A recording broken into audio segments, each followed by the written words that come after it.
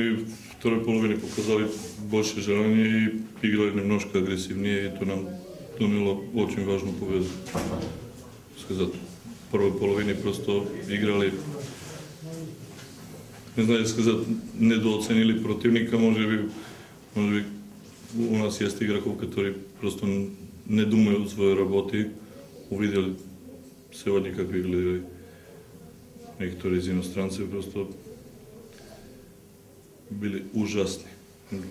Лучше не могу сказать. Ну хорошо, что было достаточно игроков, которые могут сделать эту работу.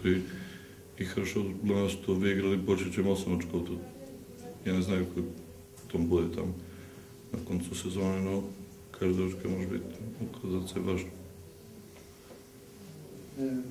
Скажите, пожалуйста, после Нового года насколько будет изменен состав команды?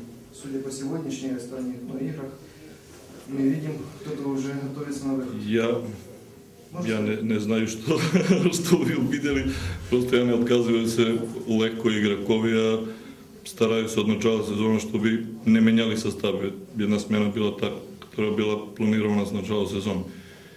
И у нас есть еще една игра до Нового года, и постараем се максимално использовать каждого игрока, который у нас есть. Если кто-то не захоче играть тут, если не хоче сменить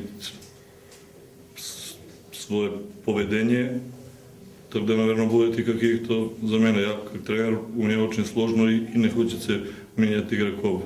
И с каждым новым игроком делать свою работу изнова. Но думаю, что вече на этот момент есть игроков, которые не заслуживают дрес черкасских мав.